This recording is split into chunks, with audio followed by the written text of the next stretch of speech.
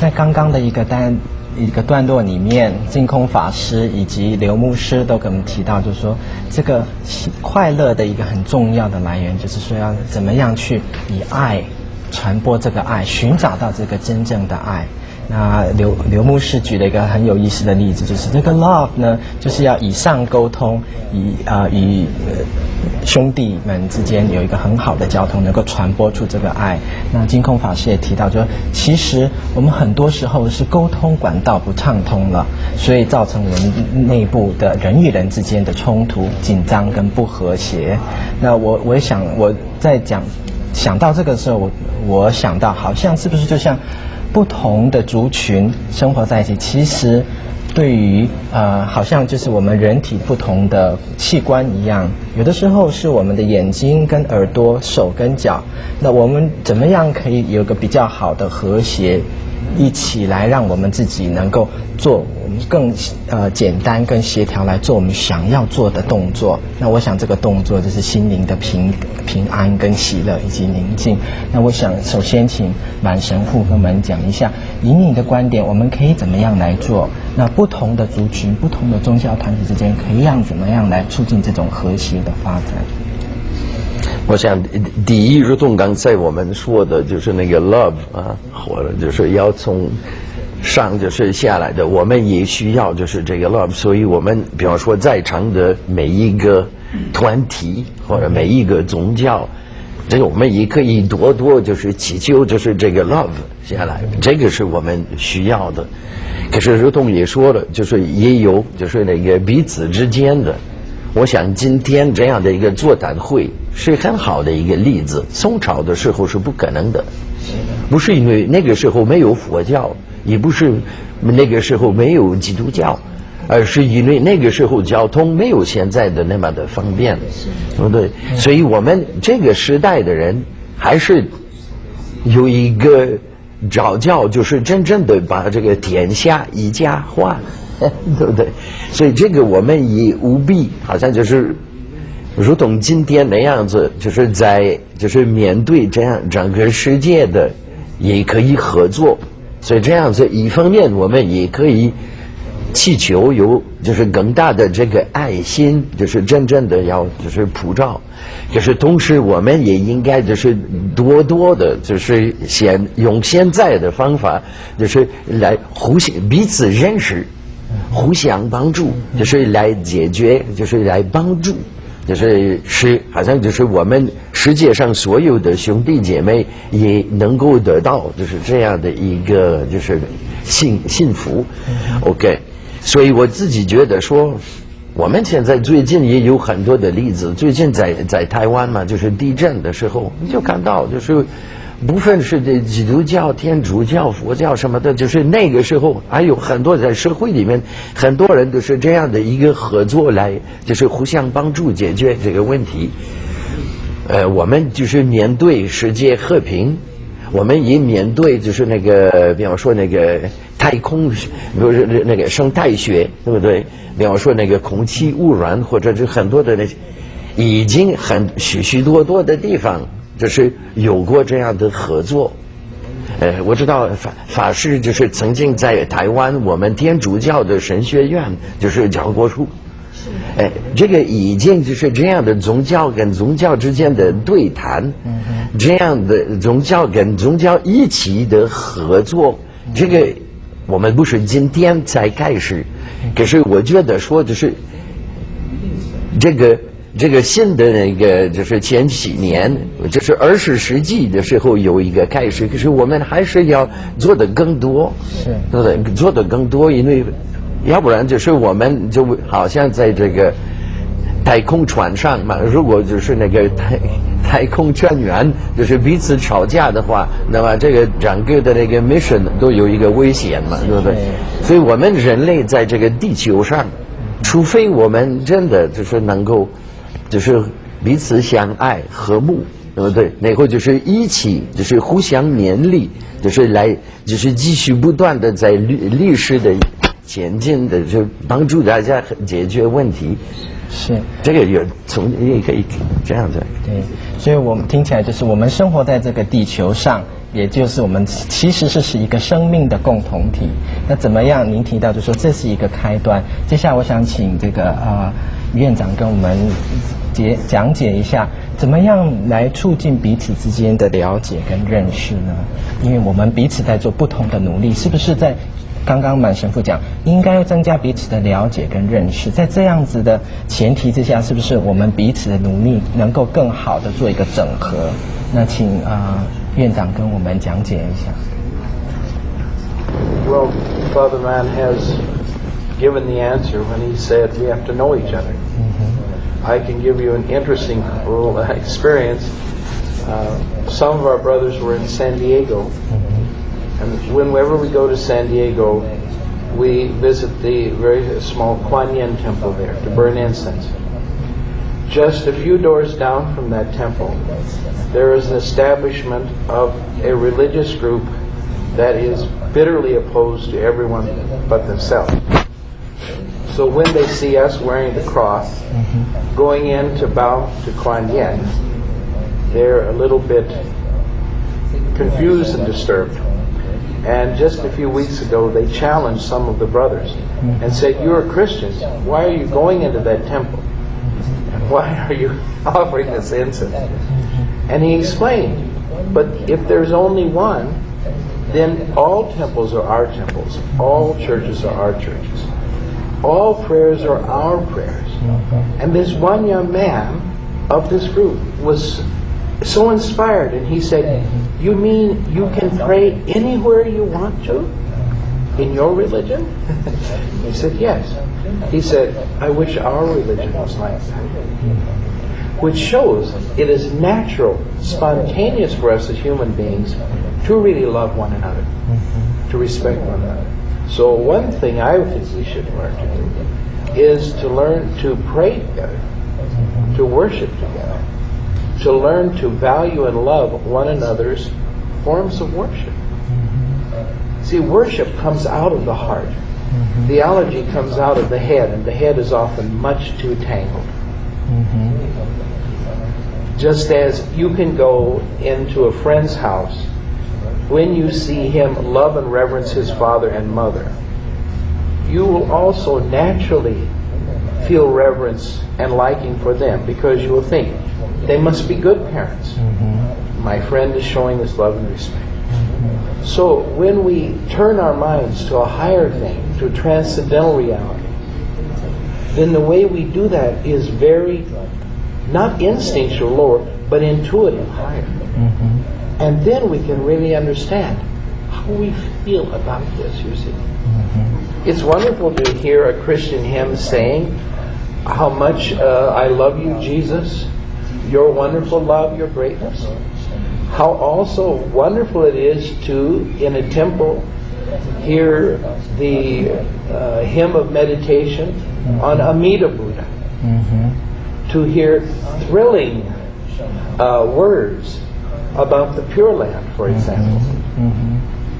And just as we would say, I trust in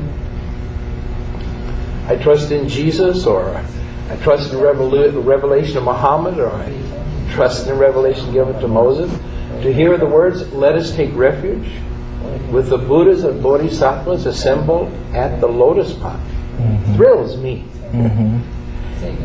And we can do it together. This is the wonderful thing. Thank you. So what you're saying is to do it, to carry it out. Yes. And you believe that love comes from human nature, the good nature, the virtue. So what you're saying is we need to act upon our virtue, from our human nature. 净空法师，那么您说的呢，就是说用教育的方式。刚才方丈是说我们自己要身体力行去做这个实践这个爱。那您说这个用教育的方式，我相信教会其实是社会教育的一个社会教育的机构，在某一个层面来看，所以可不可以请您在这方面多做阐释？院长刚才所说，我们完全不知道。我在新加坡印度教的教堂，锡克教的教堂，我进去，我也跪在下面拜，他们的信徒看到非常感动。所以有些我们佛教人问你为什么？我看到他们的神就是诸佛如来，决定没有来。我敬诸佛如来，他们所供奉的神是平等的礼拜、赞叹、供养，决定没有一丝毫的争执。这是把9个宗教能够团结在一起，把戒心突破。教育要落实，就是要做到，不是口说。口说的这种教育不能解决问题。所以佛常常教我们为人演说，演是表演，做出来给人看。你才能叫人是这样的做出来，人家有疑问提出来，我们给他解释说明，那叫说所以不是单单在课堂里面讲经说法，那个没有用的如何把经典里面所说的道理、方法、境界落实在我们的生活，落实在我们的工作，落实在我们处事待人间，我们心量要拓开。我们今天至少一个观念，要爱整个地球。爱整个地球能不能解决问题？不能解决问题。你不爱别的星球还有星际战争，还是麻烦。所以佛的爱的时候，净虚空遍法界你的问题才能解决你单单我这个区域那个区域不爱，问题就会产生我爱我的佛教，不爱其他宗教，宗教有冲突，宗教有战争。我爱我的族群，不爱其他族群，族群里面发生争乱所以这个爱是平等是广博的，决定没有界限。这个爱是神的爱，这个爱是佛的慈悲。神是谁呢？神就是我们每个人自己。佛菩萨是谁呢？佛菩萨也是每个人自己你觉悟了，佛家讲觉悟了，众生就成佛；迷惑了，佛就变成众生。所以佛家讲完全平等，这个才能真正解决问题。是。今天我们这个演讲这个 spiritual well-being， 我想我们要产生的不是2分钟身体健康法三项幸福的家庭的秘诀，或是5项什么，我想大概不是这样。我在想说，这只是一个大家现在要紧的，对我的信仰来讲刚才讲说神的问题，这问题我在想还是回到说 repent 悔改。假如我们不愿意悔改，只是表面的说我们的爱，当然我想921的大地震这是很好，每一个宗教都发现我们应当爱我们骨肉之亲。我想刚才已经讲了，不只是土耳其各地方这个人类的爱，可是问题就是刚才我讲的，我就是没有办法爱。我知道要爱就是爱不下去。那些离婚的人不是原来要结婚的时候不是说，你看有一个人电影明星，他结婚7次8次，他每一次说 I give you my eternal love 2年半有一次我这次给你的爱好像这个羽毛在那个柏油上面就是拔不开，3年照拔。所以这个爱还是根本就是说，假如没有上帝的给我们的爱，不是自我。耶稣基督来到世界上，他说我知道，他用他的神的儿子耶稣流血舍命，这样才真正说主我这个爱。假如没有这个伟大的爱，我的爱到底是有限。所以我刚才那个例子 love， 我们每天在吃维他命 C 维他命什么东西，可是我们就忘记了吃维他命 L。 可是 L 从哪里来？不是自己制造的，自己制造的 L 还是有人的成分。怎么那个 pure love？ 所以耶稣在十字架上说，父啊赦免他们，因为他们所做的他们不知道。所以我想在爱里面要饶恕，我们族群当中要饶恕接纳，饶恕是最难的，饶恕是最难的。可是假如我们不饶恕，我们每个人都挂钩圣经在约翰福音14章30节这样说，这世界的王将到，可是这世界的王在我里面毫无所谓。就是耶稣说在我身上找不到可以挂钩，今天你我每个人都挂钩，所以我们要爱，爱不出去。所以怎么样？这个挂钩要拿掉，那这要饶恕，怨恨吗？要饶恕。他说，不是说不能生气，可生气不能到日落，就是说你生气要结束，可不能犯罪。我们生气的时候，我们怨恨的时候，就是常常抓住。所以在讲到我们外面的时候，我还是想到最后还是里面。这里面，我想圣经里面一个撒该的故事，撒该一个财主，可是他有一次耶稣过去的时候，爬到树上要看耶稣。耶稣说：“撒该，快快下来，我今天要到你家里。”啊，人家说怎么耶稣到一个罪人的家里？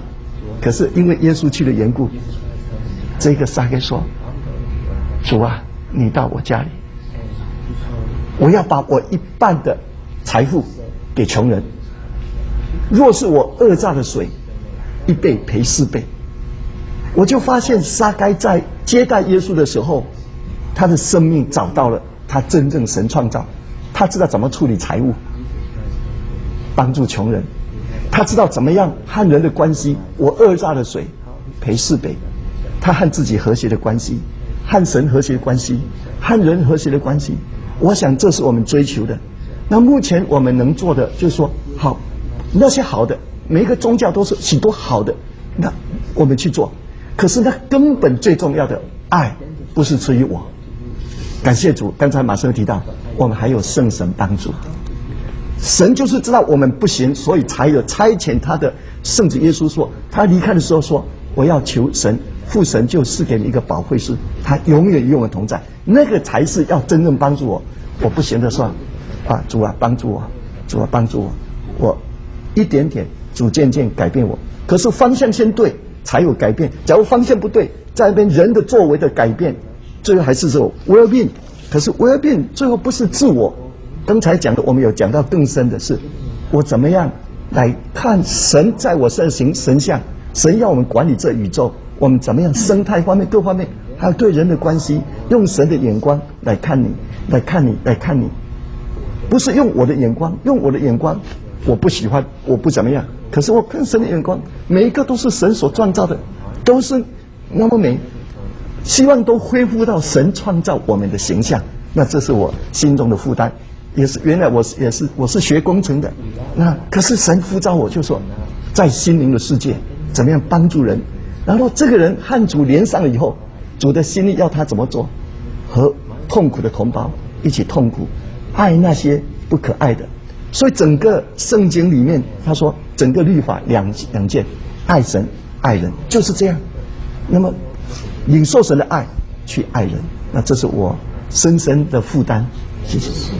我想我们今天早上听了4位宗教领袖跟我们讲解这个现代人遭遇到的苦闷，怎么样来解决，让我们有很大的启发。我想很多的共通点，最基本的就是为什么我们会苦闷呢？就是因为迷失了自己，迷失了自信，迷失自己所来的来处啊，从哪里来的？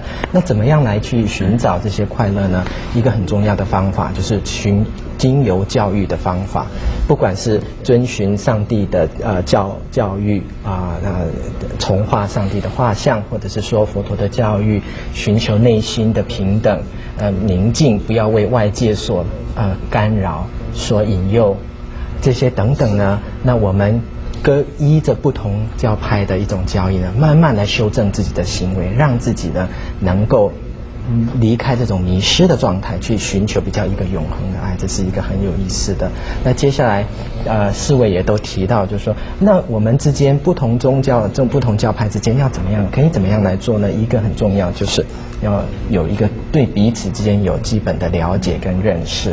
那除了就是说在知性上的了解跟认识之外呢，一个很重要，我似乎听到的就是一个共同点，就是我们要实际去做，要身体力行的来做。我们怎么样去了解爱我们自己的弟兄，也去爱其他的弟兄？我想这是很重要的。如果说大家都能够把这个上帝的爱、佛陀的爱、菩萨的爱、玛利亚的圣母玛利亚的爱都能够都领受下来，然后传播给大家。我想4位领袖跟我们开示的也很重要一点，就是我们其实在很多地方就像手跟足、眼睛跟鼻子，不见得是说要睁哪一个好，哪一个不好，而是我们怎么样在这个地球上能够和谐共同的相处。这是一种包容性的，而不是一种排他性的。我想非常感谢4位领袖给我们一个这么好的一个解释跟了解，让我们知道就是说我们跟你们，我跟他，甚至我跟草木，我跟大自然这个环境再扩展，我跟这个宇宙，或者是我跟过去，我跟未来呢，都是紧密不可分离的。当我们有一个对自己一个很拘束的一个定义，就是我就是我，你就是你，我是中国人，你是美国人，之间有这么多的不同，而不去看我们之间根本的共通性，我们之间根本的这种连贯性的时候，我们就会痛苦了。当我们分离的时候，我们就痛苦了。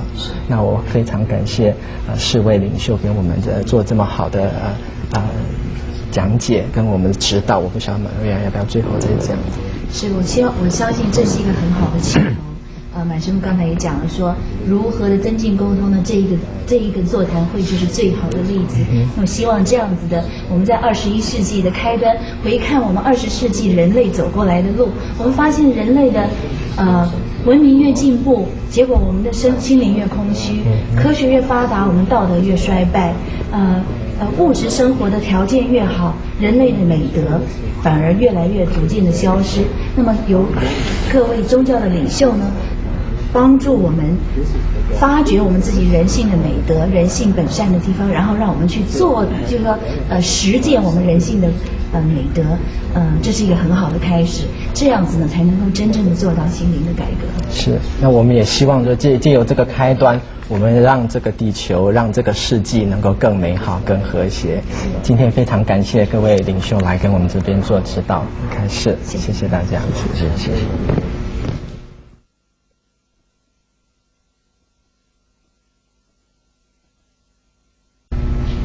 我们还有大概5分钟的时间，短短的5分钟，我们想请各位大师呢，为我们做一个简单1分钟的结论。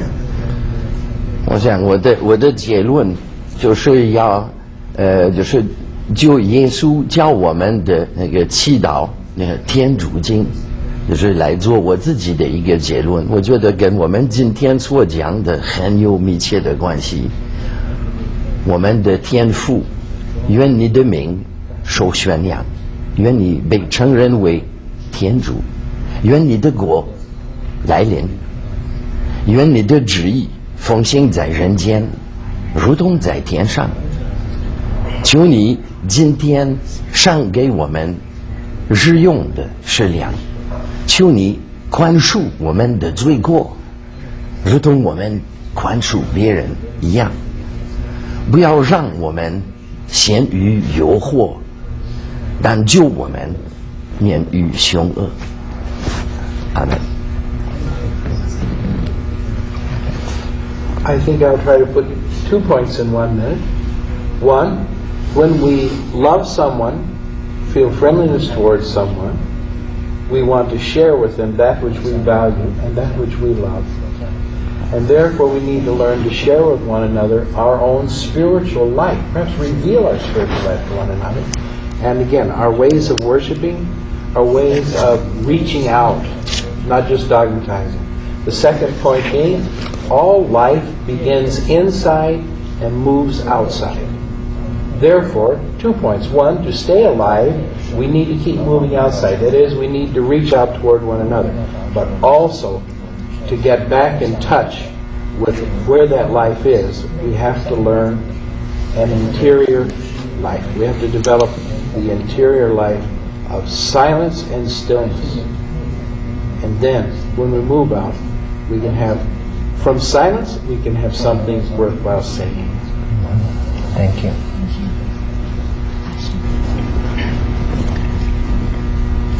佛家讲的慈悲为本，方便为本，慈爱不能够落实，都是因为人有自私自利。如果能够放下自私自利，慈悲神圣之爱就不能落实。放下自私自利，放下名闻利养，放下一切的权势，为一切众生做义务的服务，这是人生真正的价值意义，至高无上的快乐就在其中。好，在这个1分钟的结论，我就想到耶稣所说的话：面对这个许多的痛苦、许多的这样的难处的时候，耶稣这样宣告说：“凡劳苦担重担的，到我这里来，我就使你们得安息。”那么在这样的里面，我就想到说，让我们到主的里面接受安息，然后在里面也是接受他的生命，接受他的爱，然后靠着圣灵，我们才能去回去爱神爱人。可是爱神呢，神看不到，所以人是神让你有机会去表达爱神的一个机会。所以爱神爱人，可是实际的爱人表示我们真正爱神。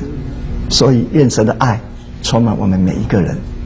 可是能施行出去的，一定要刚才说抓住它，领受生命，抓住这个爱，这个一放，下面的很快就会来到。所以 love 就是 vitamin love， 我们一定每天要吃，每天要仰望。谢谢，谢谢大家。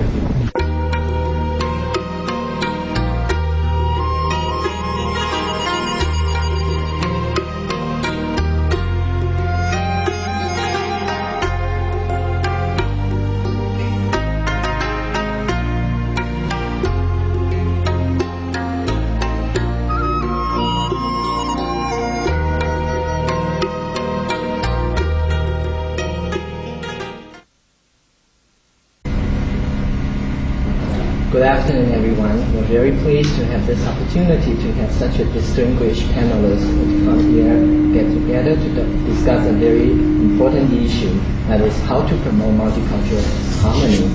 And my name is Rocco Chen. I'm a clinical psychologist. Currently, I'm the project director for teenage violence prevention and mentoring project at Asian Pacific Family Center. And let's introduce our co-host today. Good afternoon, everybody. It's a great pleasure to be here. My name is Edith Chung. I am a clinical psychologist at the University of Southern California. It's glad to meet all of you today. Maybe what we could start is by have our distinguished panelists introduce themselves briefly.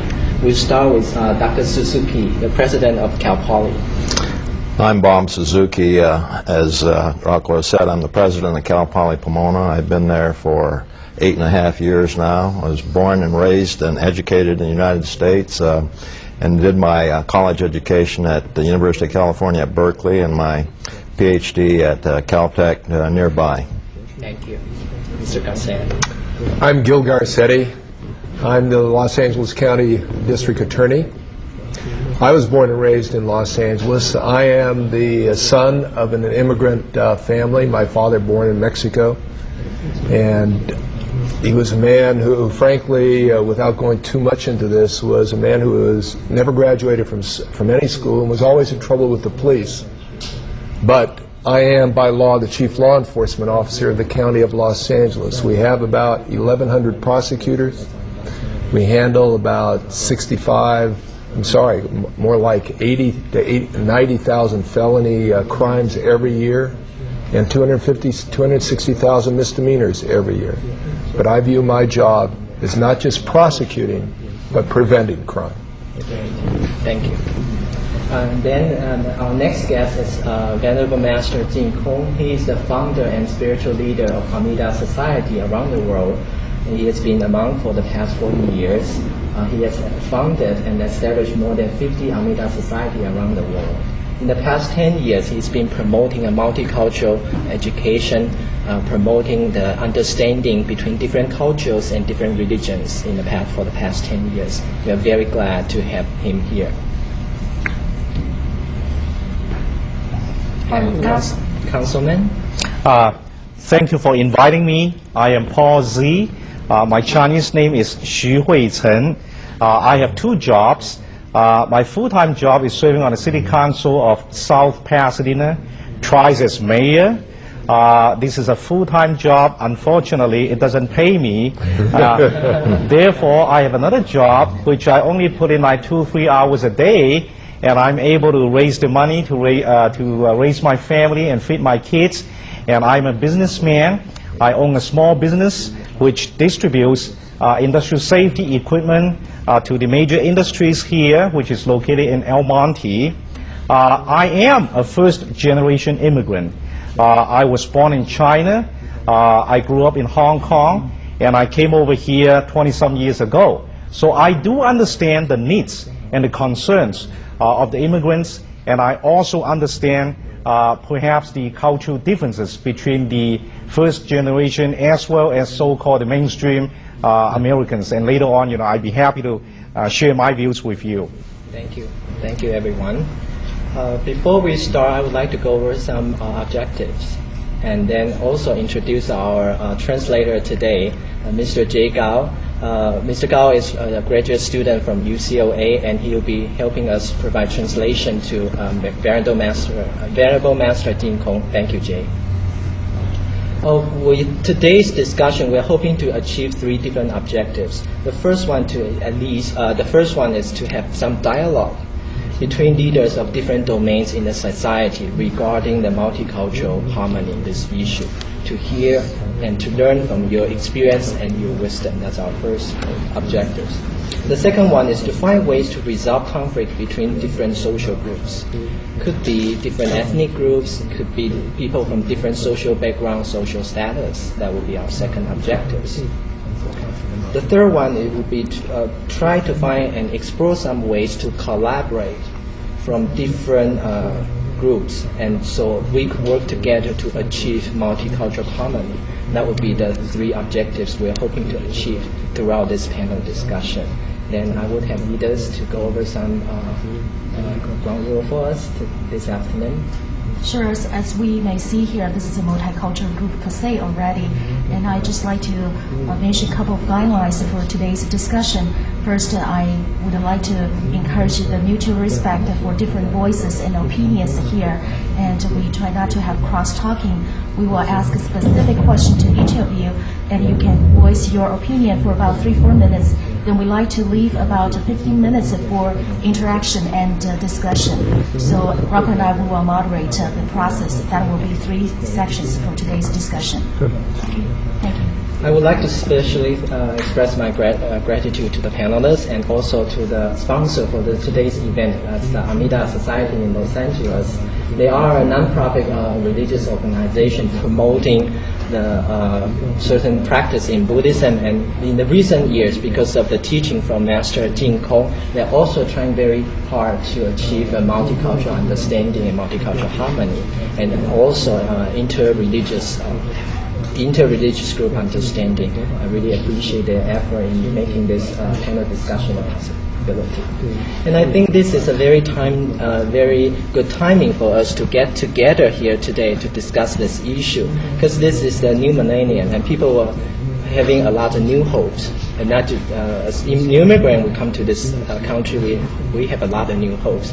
And this is the beginning of a new era. We're hoping that we could talk about this issue and helping different groups in the society achieving this understanding. Also, this week we are just celebrating Martin Luther King Jr.'s birthday, and I think that he represents a spirit to promote mutual understanding and live in peace and harmony. Therefore, I feel like it's very timely that we have the discussion here today.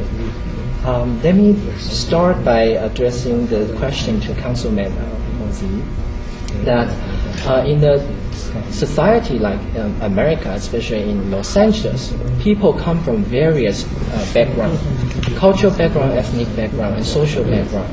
And take South Pasadena, for example, where you are the councilman. The demographic has been changing rapidly in the past few years. And we know that when a society, when a small group, there's a lot of change, rapid change in the composition of their members. Usually they could have some misunderstanding and sometimes even conflict. And I'm wondering if you could share with us what have you seen of some of the common misunderstandings and conflict in your local community due to the rapid change in the demographics? Well, allow me to make a joke. I was told that as a human being, the only change that we do not resist to, actually we look forward to, is when we were a baby and when the parents were changing our diapers. Other than that, as a human being, we dislike changes and we resist to changes. So naturally, when you are in a society that when you see demographic changes, there will be, some people call this discrimination. I don't. I call this resistance.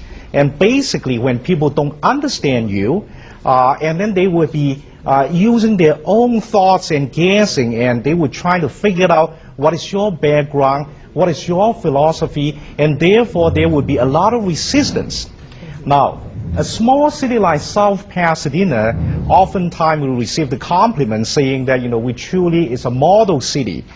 Different ethnic groups work together, live in the same community. How do we do that?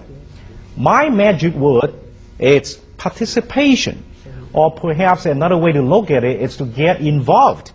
Only by getting involved, you can get to know each other better, and you can understand what is the thought and the beliefs of the other side. And after you truly work together as one group, this kind of resistance will gradually go away. Eventually, you will gain the mutual trust, and you will be working truly as one community. Thank you. I think, Mr. Councilman, you just mentioned about the fear of unfamiliarity and also the resistance, for change. I think this may lead to the next question I'd like to ask Mr. Garcetti about what, in your professional capacity, that can you give us some example of the common cases of hate crime? Certainly. Hate crimes occur at various levels, but most hate crimes, first of all, are committed by young people, by juveniles. A hate crime is if I say something very ugly about your ethnicity, or the color of your skin, or the shape of your eyes, that's not a hate crime. That may be hateful for you to hear that, but in our country, that's protected under the United States Constitution, freedom of speech. On the other hand, if we have a young student who comes up and starts calling you names, ethnic slurs, and then punches you, now we have a hate crime. Because the only reason that he punched you or hit you was because he didn't like the shape of your eyes or the color of your skin or your religion, whatever it might be. And so that's when my office begins to participate. We are the chief prosecutorial agency for the County of Los Angeles, and usually where people see us is after the fact, after a crime has been committed. Is there enough evidence to establish that a certain person committed the crime, and if so, you prosecute it. And then we seek justice there. Doesn't mean the maximum sentence or the maximum charge. You seek justice. And that could be if it's a young man, for example, who hits you one time. Let's say he has no record whatsoever. We will start working with that young man within the judicial framework, within the criminal justice system, to see what is the appropriate punishment. Now, it used to stop right there with the punishment. But I've said, no, that's not good enough. Because if all you do is punish this young man, he hasn't learned anything. If you just send him to jail, when he comes out, he will still be hating. So what can we do to change his attitudes about ethnic minorities or religions, whatever his problem might be? We've started a program working with the federal government. They gave us money. We started a program in the Antelope Valley portion of Los Angeles called JOLT, Juvenile Offenders Learning Tolerance. And our goal here is to teach tolerance to young people who've exhibited racial or ethnic or religious biases or hatred, or who've been involved in hate crimes. Rather let them develop and go step by step and become worse and worse, become a skinhead, No reflection on the Venerable Master here. I'm just kidding. But it is, I think, very important that we work with them and their parents to try and teach tolerance. That's the richness of our country, is the multicultural, multi-ethnic, multi-religious aspect of our society. And they should glory in what we have, not be afraid or not be threatened by someone because the color of his or her skin is different or it's a different religion that's being practiced.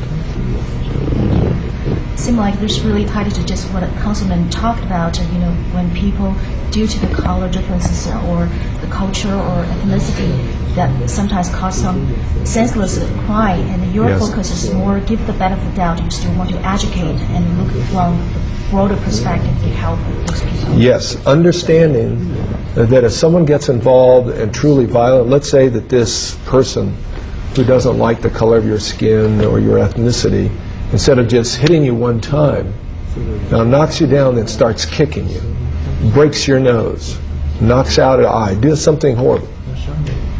He's not going to get involved in this program I'm talking about. There, I'm going to punish him, and we're going to put him in jail for a long time. And hopefully there will be some programs there that will help him. But my goal now is, once he's been involved in that level of crime, I have to protect you, and the best way to protect you is take this person off the street. Thank you. We will come back to talk about the conflict resolution later. Good. Thank you.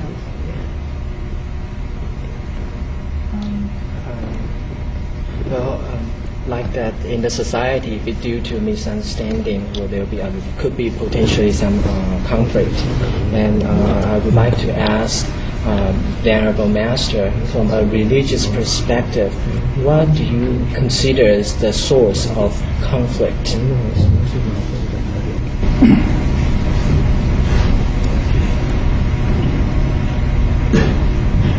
在宗教教育里，所有一切的病态，就像一个人的身体一样，我们的血气不通，有障碍，这个人才会生病。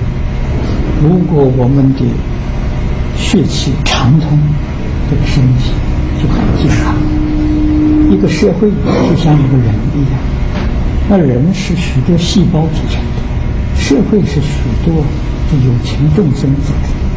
如果人与人之间能够保持沟通，保持往来交往，这就血气畅通。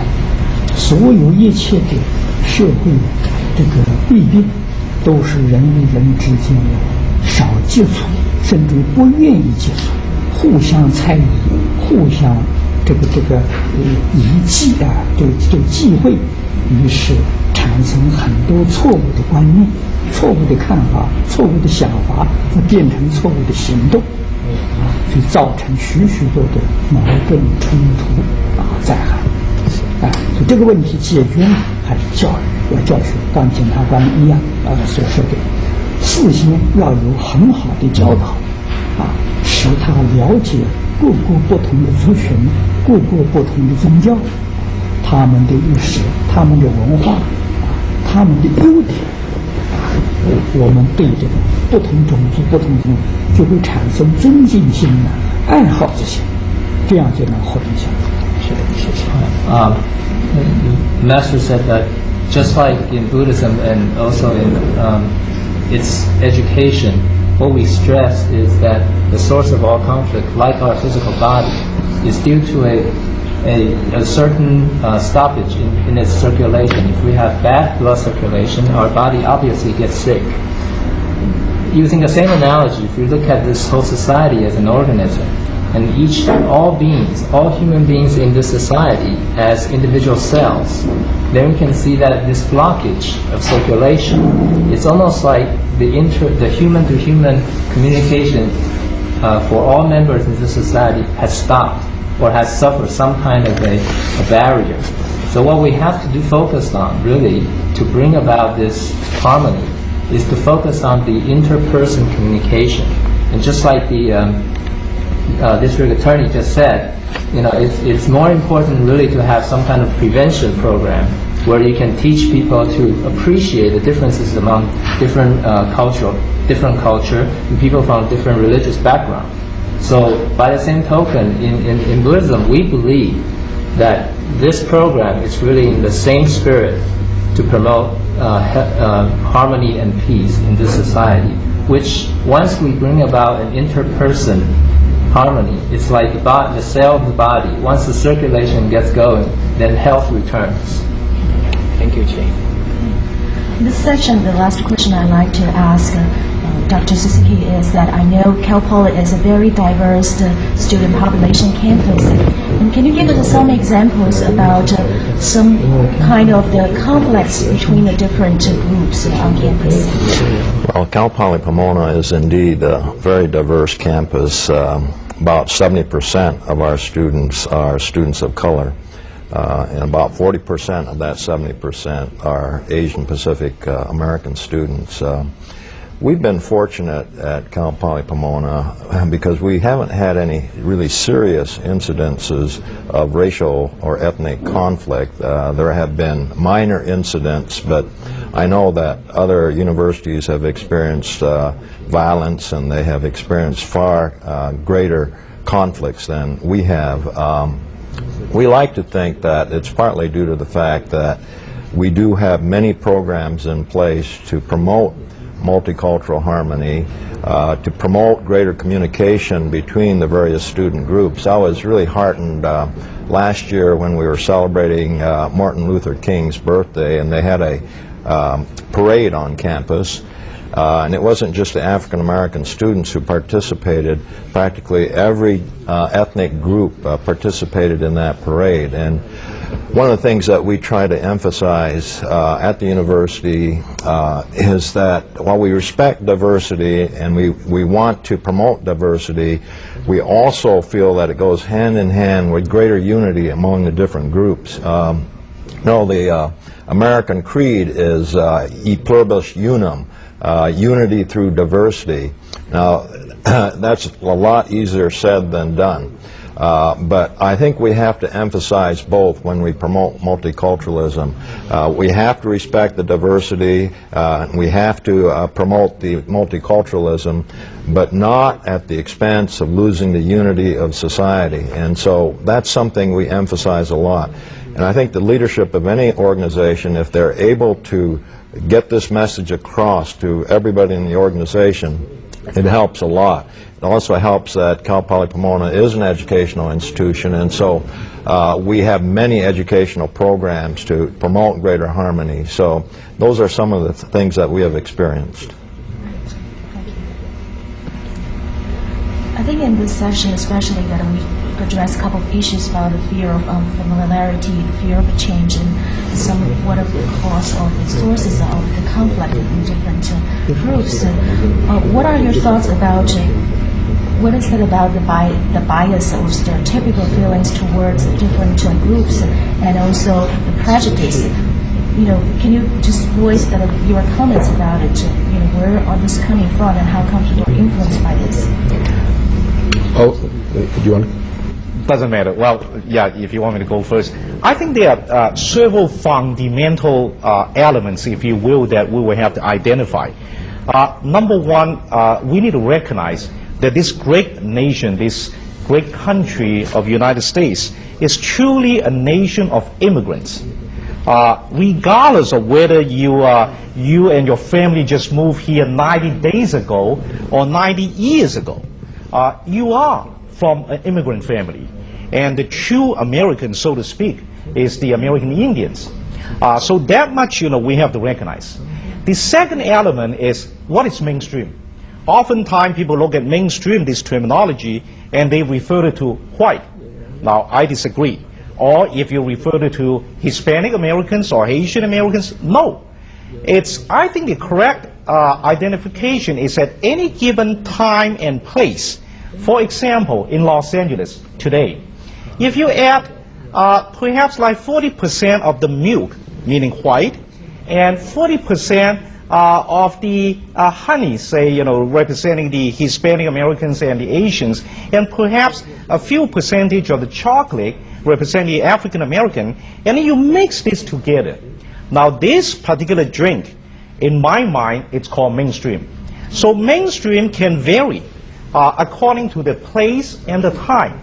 Once we recognize what kind of country is this, which is a nation of immigrants, what is mainstream? At any given time and place, according to the ethnic makeup, the demographic makeup, this is called a mainstream. Now, by doing that, then all of a sudden you have the tone set, and then you can say, we are really part of the mainstream. We are really part of this community. And naturally, this kind of resistance, or perhaps you want to call it differences, will go away easily. However, for many people, I will have to say that unfortunately, don't recognize these kind of fundamental elements. Oftentimes we'll refer mainstream to as white, or hey, I am Americans and you are a foreigner from a foreign countries, which are totally incorrect. If I might add, if I understand your question, the problems that are inherent in any multicultural society such as ours really are based, in my mind, in one thing: ignorance. Ignorance of the other side, be it a religious group, be it a nationality, an ethnic group, whatever it might be. My son was going to college back east, and he started dating a Chinese American woman. We got very close with the family, but she also made it very clear that she wanted her daughter to marry a Chinese American. And there's some laughter in the audience there, especially from women, because I know what's happening here. We all know what's happening. You go into the Armenian community, it's the same thing. Fine, you can date people outside the Armenian community, but I want you to marry an Armenian. Why? Because they're a little fearful, and some of it is, I understand, we have traditions, we have cultures, we don't want to lose that. We have a rich heritage. What happens if you marry someone who is not from the same cultural background? Will you forget about this? Well, I would hope that they don't forget about that. Now, my son and his ex-girlfriend are still extremely close friends. They're not going to get married. But nevertheless, it would be a richness that we all see. I am, as I said, primarily of Mexican ethnicity. My mother is also Mexican. I'm an Italian by quarter blood. My wife happens to be Jewish. What are my children? My children are Los Angeles. That's what they are. They're this great cultural, I think, togetherness that we have, but each one of them have to do what many of us have done. If you don't know about a religion, if you don't know about a ethnic group, then learn about them. You'll find many marvelous things that you will want to copy yourselves. Thank you. You are happy to answer our next section of the question. It's great suggestion there, how to resolve the conflict. Sure. We have about 2 minutes left for this section. I just wonder any other comments you'd like to make. I would agree with Mr. Garcetti that ignorance does play an important role.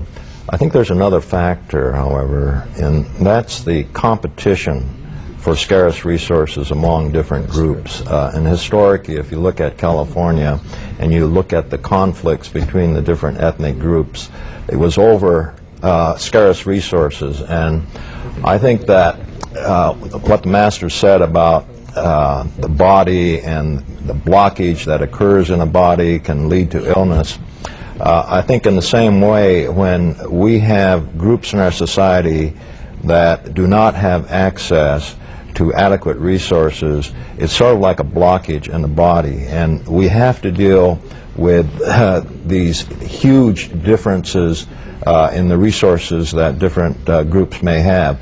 I'm really talking about abject poverty.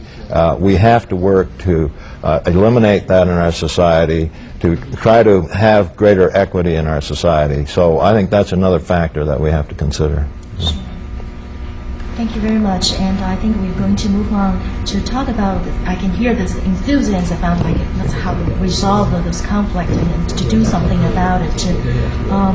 We really appreciate Mr. Gus that he can be here for us. I know that he had to leave a little bit earlier today, so I think we are going to start to address the question to you for this next segment. Okay.